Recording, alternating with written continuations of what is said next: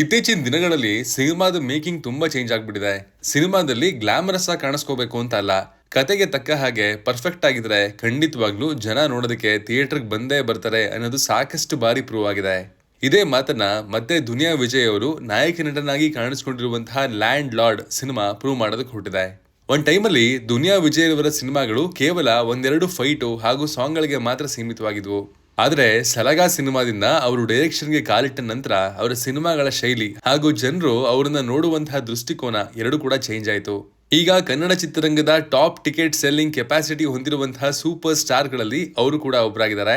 ಸದ್ಯಕ್ಕೆ ಅವರ land lord cinema ಕನ್ನಡದ ಪ್ರೇಕ್ಷಕರ ನಿರೀಕ್ಷೆಯನ್ನ ಹೆಚ್ಚು ಮಾಡಿರುವಂತಹ ಸಿನಿಮಾ ಆಗಿದೆ. ಸ್ಟಾರ್ಟಿಂಗ್ ಅಲ್ಲಿ ದುನಿಯಾ ವಿಜಯ್ ರವರ ಫಸ್ಟ್ ಲುಕ್ ಪೋಸ್ಟರ್ ರಿಲೀಸ್ ಆದಾಗ ಖಂಡಿತವಾಗ್ಲೂ ಇದು ಕಾಟೇರ ಸಿನಿಮಾ ತರ ಹೋಲುವಂತಹ ಕತೆ ಇರಬಹುದು ಎನ್ನುವಂತಹ ಚರ್ಚೆಗಳು ಪ್ರಾರಂಭ ಆಗಿತ್ತು. ದುನಿಯಾ ವಿಜಯ್ ರವರ ಟೀಸರ್ ರಿಲೀಸ್ ಆದಾಗ ಈ ರೀತಿ ಚರ್ಚೆಗಳು ತುಂಬಾ ಜೋರ ಕೇಳಿ ಬಂದಿದ್ವು. ಜಡೇಶ್ ಕೆ ಹಂಪಿ ಡೈರೆಕ್ಷನ್ ನಲ್ಲಿ ಈ ಸಿನಿಮಾ ಮೂಡ್ ಬರ್ತಾ ಇದ್ದು, ಕತೆಗೆ ಬೇಕಿರೋ ಹಾಗೆ ದುನಿಯಾ ವಿಜಯ್ ರವರನ್ನ ಮಿಡಲ್ ಏಜ್ಡ್ ರೈತನ ಪಾತ್ರದಲ್ಲಿ ತೋರಿಸ್ತಾ ಇದ್ದಾರೆ.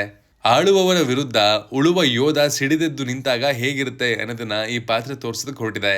ವಯಸ್ಸಾಗಿದ್ರು ಕೂಡ ಅನ್ಯಾಯ ಅಂತ ಬಂದಾಗ ಕೊಡ್ಲಿ ಹಿಡಿದು ನಿಲ್ಲೋದಕ್ಕೆ ಸದಾ ಸಿದ್ಧ ಅನ್ನುವಂತಹ ರೀತಿಯಲ್ಲಿ ಕಾಣಿಸ್ಕೊಳ್ತಾರೆ.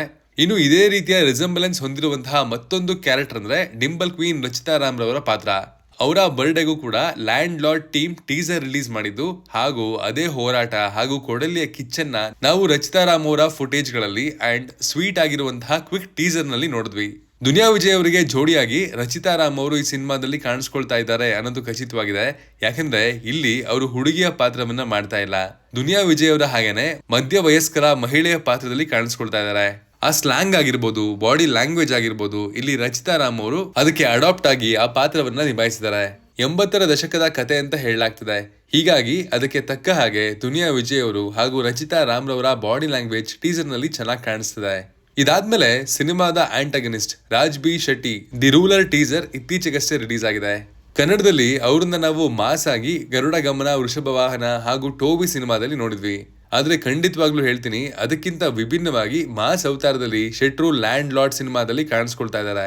ಪಂಚೆ ಪರಂಪರೆಯನ್ನ ಇಲ್ಲಿ ಕೂಡ ಮುಂದುವರ್ಸ್ಕೊಂಡು ಬಂದಿದ್ದು, ಜಡೇಶ್ ಕೆ ಹಂಪಿ ಅವರ ಡೈರೆಕ್ಷನ್ ನಲ್ಲಿ ಯಾವ ರೀತಿ ಪರ್ಫಾರ್ಮೆನ್ಸ್ ಕೊಡ್ತಾರೆ ಅನ್ನೋದನ್ನ ಕಾದ್ ನೋಡ್ಬೇಕಾಗಿದೆ. ಮಾತ್ ಕಮ್ಮಿ ಕೆಲ್ಸ ಜಾಸ್ತಿ ಅನ್ನೋ ರೀತಿಯ ವಿಲನ್ ಕ್ಯಾರೆಕ್ಟರ್ ಅನ್ನ ಇಲ್ಲಿ ಪ್ಲೇ ಮಾಡ್ತಾ ಇದ್ದಾರೆ ಅಂತ ಕಾಣಿಸ್ತು.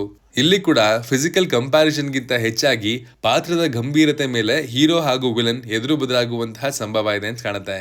ಈ ಹಿಂದೆ ರಾಜ್ ಬಿ ಶೆಟ್ಟಿ ಅವರು ಮಲಯಾಳಂನ ಟರ್ಬೋ ಸಿನಿಮಾದಲ್ಲಿ ವಿಲನ್ ಆಗಿ ಕಾಣಿಸ್ಕೊಂಡಿದ್ರು, ಬಟ್ ಕನ್ನಡದಲ್ಲಿ ವಿಲನ್ ಆಗಿ ಮಾಡಿರಲಿಲ್ಲ. ಬಟ್ ಇಲ್ಲಿನ ಅವರ ಲುಕ್ ಅಂಡ್ ಫೀಲ್ ಚೆನ್ನಾಗಿ ಕಾಣಿಸ್ತಿದೆ. ಅಂಡ್ ಆ ಟೀಸರ್ ನಲ್ಲಿ ಬಂದಿರುವಂತಹ ಅವರ ಡೈಲಾಗ್ ಕೂಡ ಸಿಕ್ಕಾಪಟ್ಟೆ ಇಂಪ್ರೆಸಿವ್ ಆಗಿತ್ತು. ಅದರ ಬರವಣಿಗೆಯನ್ನ ಸಿನಿಮಾದಲ್ಲಿ ಇನ್ನಷ್ಟು ಹೆಚ್ಚು ನಿರೀಕ್ಷೆ ಮಾಡಬಹುದು ಅಂತ ಕೂಡ ಅನ್ಕೋತೀನಿ. ಒಂದು ಸೋಷಿಯಲ್ ಮೆಸೇಜ್ ಜೊತೆಗೆ ಒಂದು ಕಾಲದಲ್ಲಿ ನಮ್ಮದೇ ಮಣ್ಣಲ್ಲಿ ನಡೆದಂತಹ ಪವರ್ ಹೊಂದಿರುವಂತಹ ಜನರ ವಿರುದ್ಧ ಆತ್ಮವಿಶ್ವಾಸದೊಂದಿಗೆ ಹೋರಾಡಿದ ಮಣ್ಣಿನ ಮಕ್ಕಳ ಕಥೆಯನ್ನ ನಾವು ಈ ಸಿನಿಮಾದಲ್ಲಿ ಎಕ್ಸ್ಪೆಕ್ಟ್ ಮಾಡಬಹುದು ಅಂತ ಕಾಣುತ್ತೆ. ಎಲ್ಲಕ್ಕಿಂತ ಪ್ರಮುಖವಾಗಿ ವರ್ಷದ ಮೊದಲ ಅತ್ಯಂತ ಬಹುನಿರೀಕ್ಷಿತ ಕನ್ನಡ ಸಿನಿಮಾ ಅನ್ನುವಂತಹ ರೀತಿಯಲ್ಲಿ ಜನವರಿ 23ಕ್ಕೆ ಈ ಸಿನಿಮಾ ರಿಲೀಸ್ ಆಗ್ತಾ ಇದೆ. ಲ್ಯಾಂಡ್ ಲಾರ್ಡ್ ಜನವರಿ 23ಕ್ಕೆ ರಿಲೀಸ್ ಆಗುವ ಮೂಲಕ ಕನ್ನಡ ಚಿತ್ರರಂಗಕ್ಕೆ ಒಂದು ಒಳ್ಳೆ ಸ್ಟಾರ್ಟ್ ಕೊಡುತ್ತೆ ಅನ್ನುವಂತಹ ನಂಬಿಕೆ ಕೂಡ ಸಿನಿಮಾದ ಕಂಟೆಂಟ್ ಹಾಗೂ ನಿರ್ದೇಶಕ ಜಡೇಶ್ ಕೆ ಹಂಪಿ ಅವರಿಂದ ಬಂದಿದೆ. ಸಿನಿಮಾದ ಕತೆಗೆ ಹೊಂದ್ಕೊಳ್ಳುವಂತಹ ರೀತಿಯಲ್ಲಿ ದುನಿಯಾ ವಿಜಯ್ ರವರು, ರಚಿತಾ ರಾಮ್ ರವರು ಹಾಗೂ ರಾಜ್ ಬಿ ಶೆಟ್ಟಿ ಅವರ ಕ್ಯಾರೆಕ್ಟರ್ ಕೂಡ ಆಡಿಯನ್ಸ್ಗೆ ಇಷ್ಟ ಆಗಿದ್ದು, ಇದು ಕೂಡ ನಿರೀಕ್ಷೆ ಹೆಚ್ಚಿದೆ. ಕನ್ಸಿಡರಿಂಗ್ ಆಲ್ ದ ಫ್ಯಾಕ್ಟ್ಸ್, ಖಂಡಿತವಾಗ್ಲೂ ಜನವರಿ 23ಕ್ಕೆ ಕನ್ನಡದ ಆಡಿಯನ್ಸ್ಗೆ landlord gonna be feast. ಸಿನಿಮಾದ ಟೀಸರ್ ನೋಡಿದ್ರ ನಿಮ್ಗೆ ಏನ್ ಅನ್ನಿಸ್ತು? ನಿಮ್ಮ ಎಕ್ಸ್ಪೆಕ್ಟೇಷನ್ ಏನು ಅನ್ನೋದನ್ನ ಕಮೆಂಟ್ ಮಾಡಿ ತಿಳಿಸಿ. Signing off, Manu.